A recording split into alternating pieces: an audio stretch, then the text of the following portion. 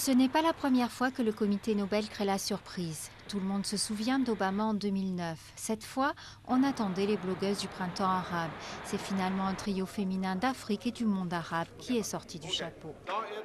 Elles sont récompensées pour leur lutte non violente en faveur de la sécurité des femmes et de leur droit à participer au processus de paix.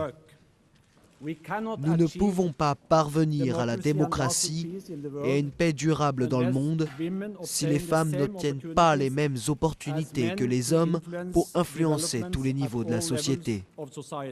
Ellen Johnson Sirleaf est déjà une figure historique, la première femme à être démocratiquement élue présidente en Afrique.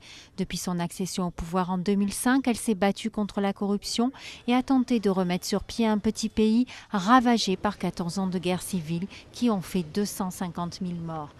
Elle reçoit le prix Nobel 4 jours seulement avant de remettre son mandat en jeu dans une élection présidentielle encore très incertaine.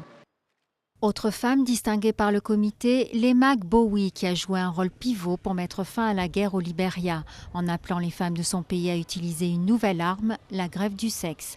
Enfin, troisième lauréate, la première femme arabe à recevoir le prix Nobel, Tawakkul Karman, une journaliste et activiste yéménite. Les emprisonnements, les intimidations, rien n'a pu la faire reculer. Elle est en pointe depuis des mois dans le combat contre l'autocrate Saleh. Les Yéménites auraient dû se révolter bien avant les Tunisiens, parce qu'on a de plus gros problèmes. On a la pauvreté, on a les maladies, l'ignorance.